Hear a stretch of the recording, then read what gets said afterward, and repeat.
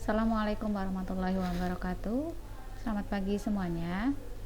Pada kali ini Ibu akan mempraktekkan atau mentutorialkan cara mengerjakan tugas yang infografis ya.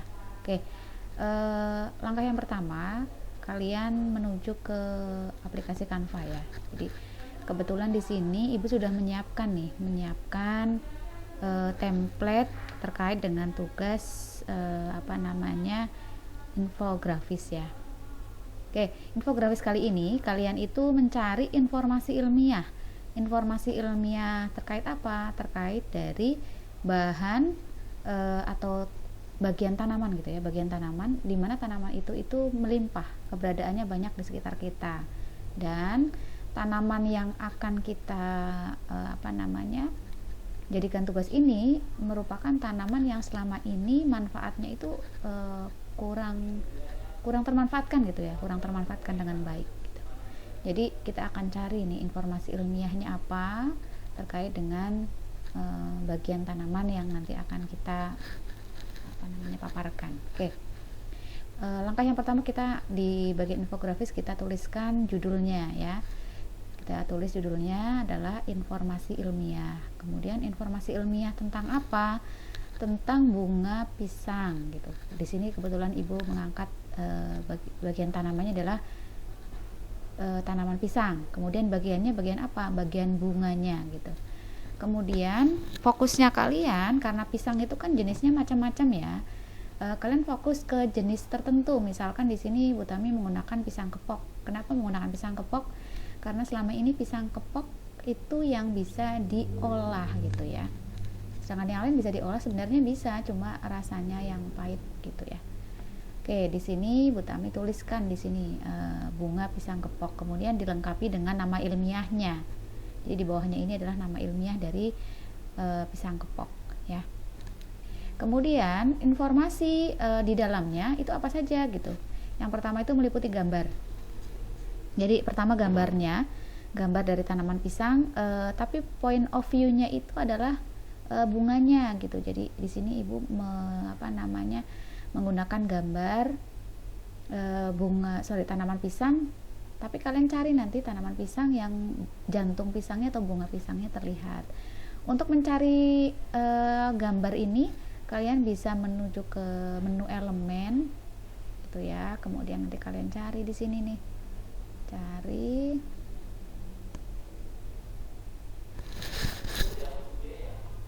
tanaman jantung pisang, itu aja ya langsung ya.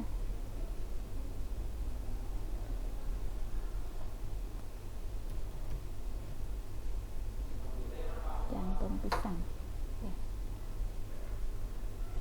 Oke, ini nih Ibu ngambil dari gambar ini. Nah, ini nih ya, gambar ini, kemudian Ibu tariklah ke layar gitu, ke infografisnya. Oke, kemudian setelah kalian mendapatkan gambarnya, kalian lengkapi dengan klasifikasi tanamannya nih. Tanaman ini termasuk klasifikasinya seperti apa? Kita cari di Google ya. Jadi kalian menuju ke halaman Google, kemudian kalian klik klasifikasi tanaman pisang kepok. Jadi sudah, ini kebetulan tadi Bu Tami sudah mencari, ini keywordnya sudah muncul ya. Jadi spesifik ya, pisang kepok begitu. Jadi jangan cuma tanaman pisang, tapi spesifiknya apa gitu. Kalau misalkan jenisnya macam-macam, atau misalkan kalau kalian mau tunas dari bambu gitu ya, rebung ya, rebungnya dari bambu apa, jenisnya juga harus jelas begitu ya. Nanti kalian tuliskan klasifikasi tanaman bambu apa begitu ya. Oke, kebetulan di sini kan Ibu menggunakan pisang kepok, maka klasifikasi tanaman pisang kepok. Oke, langsung klik saja nih informasi pertamanya, kita klik gitu ya. Kita buka informasinya. Oke, langsung keluar nih informasinya. Klasifikasi pisang kepok atau Musa paradisia L gitu ya. Oke, ini dijabarkan menurut Citro Supomo tahun 1991 sebagai berikut ya. Regnumnya plantae, divisionya spermatophyta sampai dengan spesiesnya. Ini kalian nanti tinggal copy paste saja ke Canva Ini kalian copy, kemudian kalian paste ke Canva kalian. Nah, ini Ibu sudah pastekan ya. Kemudian jangan lupa nih, kita kan nanti karena mengutip dari tulisannya Citro Supomo tahun 1991, maka jangan lupa nanti di daftar pustaka juga harus ada mencantumkan Citro Supomo gitu ya. Oke, kita kembali lagi ke tulisan ini.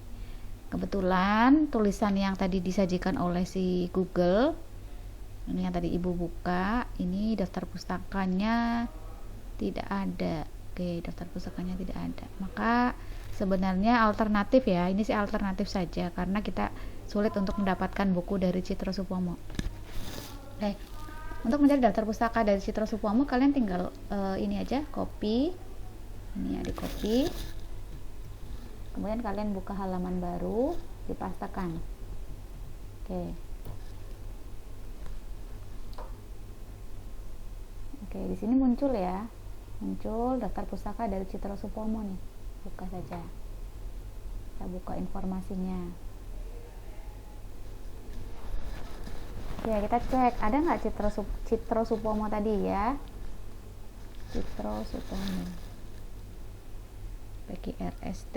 Nah, ini Citro Supomo, taksonomi tumbuhan. Oke, ini nanti tinggal di copy paste nih, di copy paste di bagian daftar pustaka. Paham ya? Oke, lanjut ya. Ini terkait dengan klasifikasi. Ini sudah ya klasifikasi. Kita kembali lagi ke infografis ya. Oke, setelah klasifikasi tanaman sudah, kemudian kita menuju ke morfologi tanaman nih. Morfologi itu adalah ciri-ciri fisiknya ya. Ciri-ciri fisik dari tanaman pisang itu seperti apa sih? Kita cari informasinya nih, gitu ya. Oke, kita menuju ke tab baru lagi. Kemudian kita tulis morfologi tanaman pisang ya. Morfologi tanaman pisang. Oke, ini disajikan di Google nih, informasinya banyak sebenarnya ya. Kalian bisa pilih salah satu saja. Ini contohnya tadi nih. Morfologi tanaman pisang.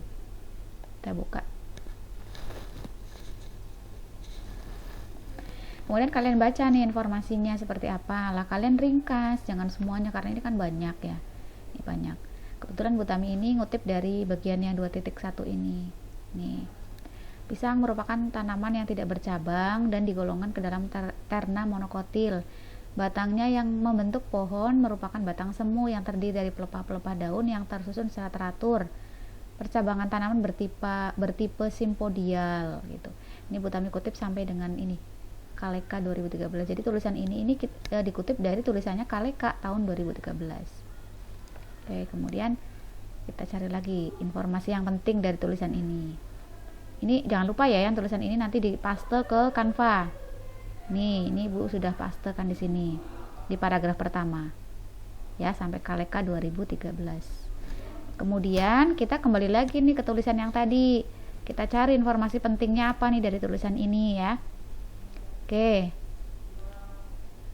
ini Bu Tami menemukan ada tulisan tinggi batang mencapai 2-8 meter tergantung pada variasi dan kondisi, dan memiliki bonggol yang pendek. Bonggol memiliki mata tunas dan menghasilkan rizom pendek dan akar atau anakan dekat induk pohon atau tunas ya. Kita mengenalnya tunas.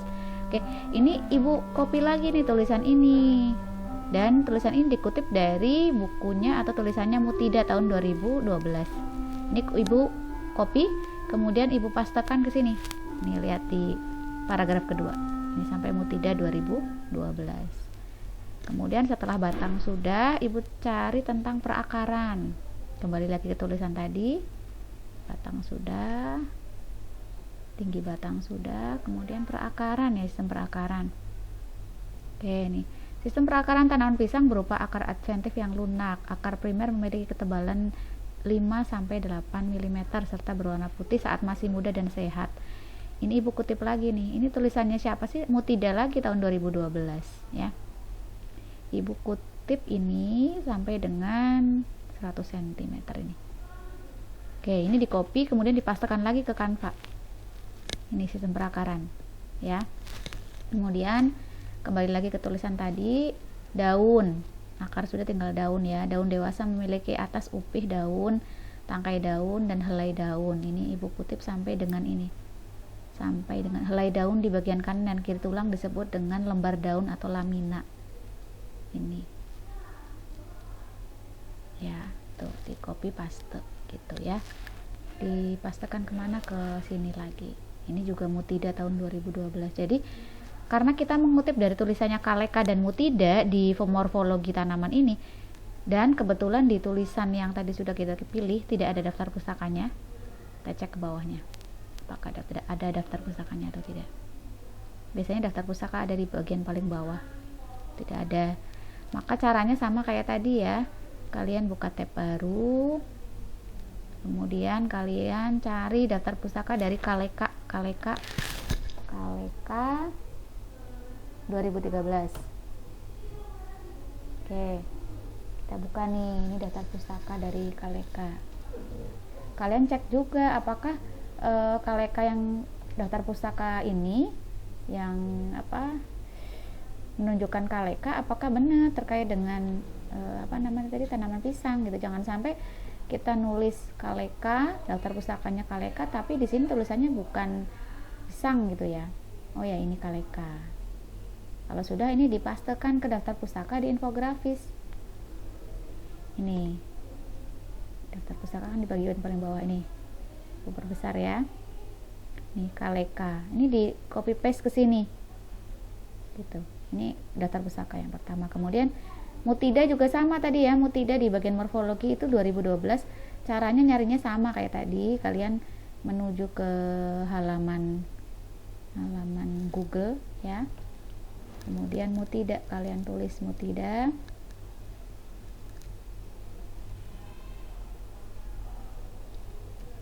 Mutida 2012.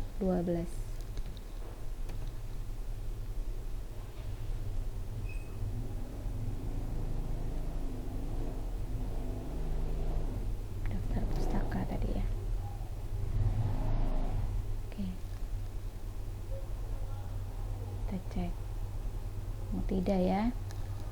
Apakah benar terkait dengan morfologi tanaman pisang? Kita cari Mutida ya. Ya, di sini bisa kita lihat nih, Mutida IW 2012 mengenal morfologi tanaman dan sistem pemberian skor Simon Spert untuk menentukan berbagai kultivar pisang turunan Musa ini ya. Sampai sini aja, diakses 27 Maret 2013, nggak usah ini. Ya, ini. Kalian copy paste kemana? Copy paste ke infografis. Ini Bu Tami juga sudah copy di sini ya. Oke. Kalau sudah terkait dengan morfologi tanaman, kita menuju ke fakta empiris nih ya. Fakta empiris itu kan kemarin Ibu tugaskan kalian mewawancara tetangga atau saudara atau orang tua gitu ya, terkait dengan manfaat dari tanaman. Tapi ternyata tugas yang dikumpulkan kalian sebagian itu kurang lengkap gitu ya. Artinya hanya menyampaikan kalau jantung pisang itu bisa dimasak, tapi tidak mencantumkan manfaatnya. Makanya sebenarnya alternatif itu bisa dari kalian googling nih, sama seperti kayak tadi ya. Caranya itu kita buka tab baru gitu ya, kita buka tab baru, kemudian kita manfaatkan menu Google di sini, manfaat kesehatan dari jantung pisang kepok nih. Kebetulan ini muncul karena tadi Ibu sudah cari. Oke. Kemudian kita buka informasinya. Kebetulan sih sebenarnya Bu Tami itu nyari informasi terkait fakta empiris dari ini nih sumbernya. Ini Ibu tulis nih di bawahnya nih. Ini bisa kita copy paste sebenarnya, nanti jadi tulisannya sama ya, kita buktikan. Ibu copy, kemudian Ibu buka tab baru, tinggal dipaste di sini.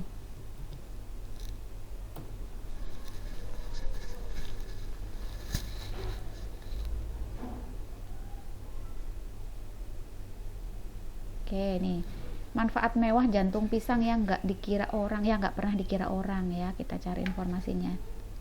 Ini fakta yang beredar di masyarakat ini. Ya, yang pertama itu apa nih? Jantung pisang bisa mengatasi nyeri PMS dan membantumu untuk mengurangi berat badan tuh ya. Kemudian yang kedua apa? Yang kedua, jantung pisang juga bisa menjadi makanan alternatif bagi penderita diabetes. Yang ketiga apa? Kita baca artikel selengkapnya.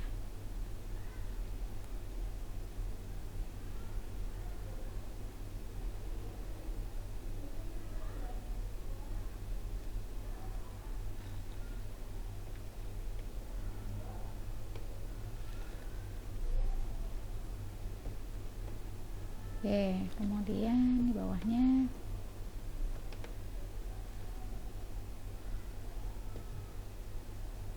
oke, mohon maaf ini jaringannya agak lama ya. Nanti kalian cek sendiri saja, ini informasinya banyak, manfaatnya sebenarnya banyak ya. Kemudian ini informasi-informasi ini kalian paste kemana gitu, kalian tuliskan di sini nih fakta empirisnya. Misalkan tadi jantung pisang bisa mengatasi nyeri PMS dan membantumu untuk mengurangi berat badan. Maka poin pentingnya harus kalian blok tebal nih, mengatasi nyeri PMS, mengurangi berat badan. Kemudian fakta yang kedua apalagi nih yang beredar di masyarakat, jantung pisang juga bisa menjadi makanan alternatif bagi penderita diabetes nih, ini di blok tebal ya. Kemudian yang ketiga apa nih, meringankan PCOS dan menyehatkan rahim. PCOS itu apa, juga dilengkapi di sini ya. Kemudian untuk ibu hamil, jantung pisang juga bisa menjadi sumber nutrisi yang baik. Bunga pisang ini mengandung banyak serat dan mencegah ibu hamil mengalami sembelit selama kehamilan. Mengandung banyak serat juga di blok ya.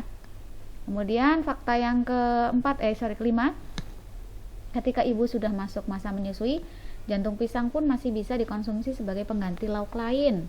Untuk perempuan yang sedang dalam program kehamilan atau menyusui, masukkan satu bahan makanan ini ke dalam menu utama karena bunga pisang dapat meningkatkan produksi ASI. Ya, ini kalimat meningkatkan produksi ASI juga sama, ini kan penting di blok ya tebal ya. Kemudian jantung pisang juga kaya akan antioksidan yang dapat melawan radikal bebas. Radikal bebas sudah dikenal mampu merusak sel dan memicu gangguan jantung, kanker, penuaan dini.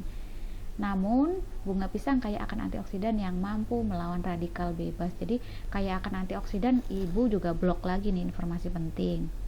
Kemudian ditambah lagi jantung pisang juga punya banyak kandungan zat besi ya. Ini juga informasi penting, ibu blok lagi. Oke, kemudian apakah kita percaya saja gitu dengan informasi yang beredar di masyarakat? Harusnya sih kita tidak langsung percaya ya, makanya kita harus gali lagi nih fakta ilmiahnya apa. Fakta ilmiah ini berdasarkan dari percobaan yang sudah dilakukan di laboratorium gitu ya. Oke, bagaimana cara mencari fakta ilmiah? Alternatifnya sebenarnya kalian bisa mencari jurnal penelitian. Jadi tulisan hasil penelitian. Kalian untuk mencari jurnal, kalian klik di Google, klik Google Scholar gitu. Nah, itu muncul ya Google Scholar. Kalian pilih menu Google Scholar. Kemudian kalian klik di sini kandungan senyawa aktif pada jantung pisang kepok. Jadi spesifik ya, jantung pisang kepok ya. Senyawa aktif pada jantung pisang kepok gitu, karena jantung pisang kan macam-macam, ada pisang Ambon, ada pisang Raja gitu ya. Kita spesifik pisang kepok gitu ya. Kemudian kita klik. Oke. Kemudian ini untuk di Google Scholar itu kita bisa sebenarnya melihat waktunya. Kita pengennya jurnal yang terbaru atau jurnal yang tahun berapa. Maka kita bisa lihat nih di sini, misalkan tahun 2023 ya yang terbaru ya. Oke, kita baca nih. Ini penelitian oleh Savitri, Ulfa, dan Marcelia. Judulnya apa? Uji aktivitas antibakteri ekstrak etanol jantung pisang terhadap bakteri Staphylococcus aureus. Kayaknya tadi tidak dibahas di fakta empiris ya. Oke nih. Pengaruh konsumsi nugget jantung pisang terhadap peningkatan produksi ASI ibu menyusui di desa Bumi Rahayu, kecamatan, kita buka nih. Kayaknya tadi di fakta empiris ada ya, jantung pisang bisa meningkatkan produksi ASI. Kita coba cek fakta ilmiahnya seperti apa. Ini kan hasil penelitian. Kita klik aja jurnalnya. Oke, maka akan muncul halaman seperti ini. Kalau kalian hanya butuh tulisan ringkasnya saja, ringkasannya, maka kalian bisa dari abstraknya. Abstrak itu ringkasan ya. ringkasan dari penelitian ini. Tapi kalau kalian kurang begitu informasinya kurang begitu lengkap, kalian bisa buka menu ini lengkapnya nih, klik PDF-nya, maka nanti akan muncul nih versi lengkapnya. Ibu buka ya, ini versi lengkapnya.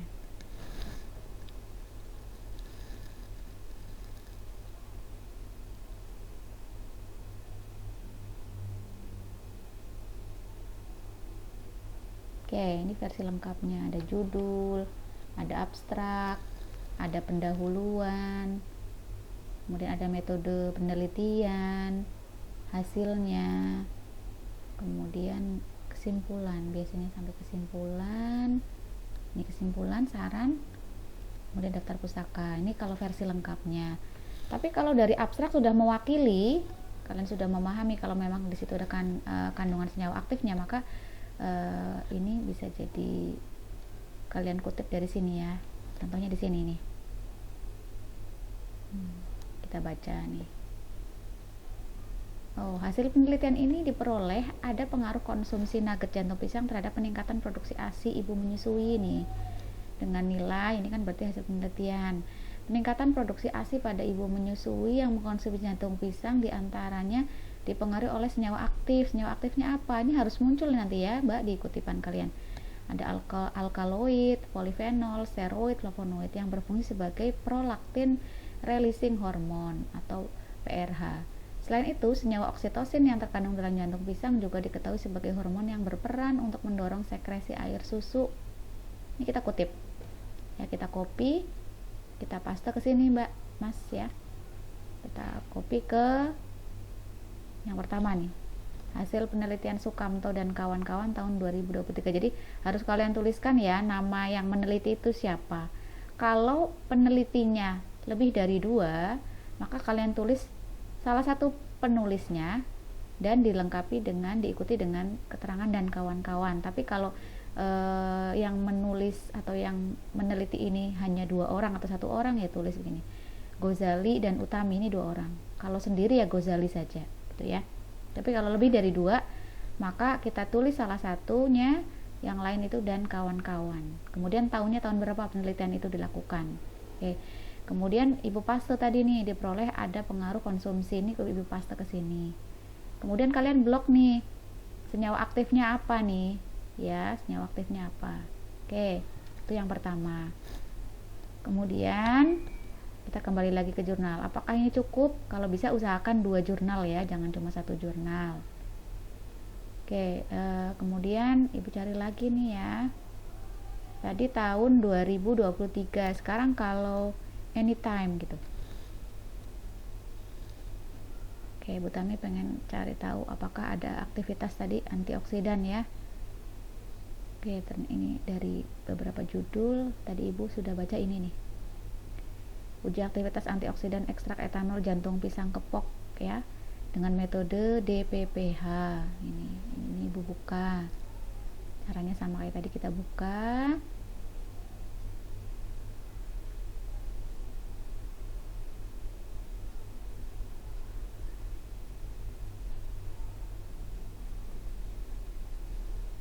Oke, kemudian kita ke bawah, kita cek bagaimana hasil penelitian ini ya. Oke, nih hasil penelitian menunjukkan bahwa ekstrak etanol jantung pisang kepok memiliki aktivitas antioksidan nih. Oke ya, aktivitas antioksidan dari ekstrak etanol dengan maserasi didapat itu. Kemudian ekstrak etanol jantung pisang mengandung senyawa total flavonoid sebesar tuh. Antioksidan sangat diperlukan oleh tubuh untuk mengatasi dan mencegah berbagai penyakit degeneratif. Antioksidan didefinisikan sebagai senyawa yang dapat menunda, memperlambat, dan mencegah proses oksidasi lipida. Flavonoid termasuk senyawa fenolik alam yang potensial sebagai antioksidan dan mempunyai bioaktivitas sebagai obat. Nah, ini ada hubungannya sama jurusan kalian ya, farmasi. Ini kalian copy, kemudian kalian pastekan ke infografis kalian. Nah, ini ibu sudah pastekan di sini ya, menunjukkan bahwa ekstrak etanol. Kemudian jangan lupa, ini penelitian ini dilakukan oleh siapa? Kita cek. Dilakukan oleh siapa? Dilakukan oleh ini Ghazali dan Utami tahun 2023. ini tahun 2019 ya, 2019. Oke, kalau sudah, sekarang ke daftar pusaka ya. Daftar pusaka tadi yang sudah kita tulis kan, Kaleka ya, ini di morfologi, Mudita di morfologi. Kemudian jangan lupa nih, kita kan tadi mencari fakta empiris. Fakta empirisnya Bu Tami dari ini sumbernya nih, https www.idntimes.com. Ini juga harus linknya harus di copy ya, harus di copy kemudian dipaste ke sini. Jangan lupa dipaste juga di daftar pusaka di bawah ini, IDN Times ya. Kemudian terkait dengan fakta ilmiah, ini kan tadi Ibu pakai Yati, Sukamto ya, tadi Sukamto dan Ghazali serta Utami. Ini gimana cara menuliskan daftar pusaka ini? Kalian menuju ke jurnal tadi yang di mana, Google Scholar ya, ke sini. Nah, cara mencari daftar pusakanya sebenarnya yang tadi pertama, yang tahun 2023 dulu ya. Nah, ini yang nugget, konsumsi nugget ya, yang oleh Sukamto. Ini cara mencari daftar pusakanya di mana? Ini bagian ini, Mbak Mas ya, bagian site. Klik site, kemudian kita klik bagian apa, ini yang versi apanya, ini yang dipakai di Indonesia. Kemudian tinggal di copy, kemudian kita pastekan ke sini. Nih, Yati, Sukamto dan Wijianti. Kita paste ke sini. Dah selesai. Kemudian yang Ghazali ya, Ghazali juga sama. Caranya kita tadi kan ke anytime. Terus ini Ghazali ya.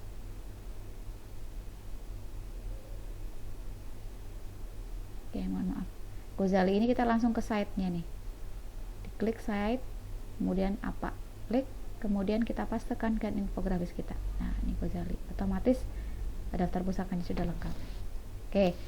Kemudian setelah bagian-bagian sudah kalian isi, sudah kalian lengkapi, dan ini adalah informasi yang lengkap, padat, dan mudah-mudahan bermanfaat buat orang lain ya. Kemudian jangan lupa kalian tuliskan, ini nanti kalian tuliskan ini dibuat oleh siapa, tuliskan oleh nama lengkap kalian, kemudian kelas ya. Oke, itu saja terkait dengan tutorial atau bagaimana cara mengerjakan tugas infografis mata pelajaran kimia farmasi. Oke, mudah-mudahan bermanfaat buat kalian. Ibu akhiri, wassalamualaikum warahmatullahi wabarakatuh.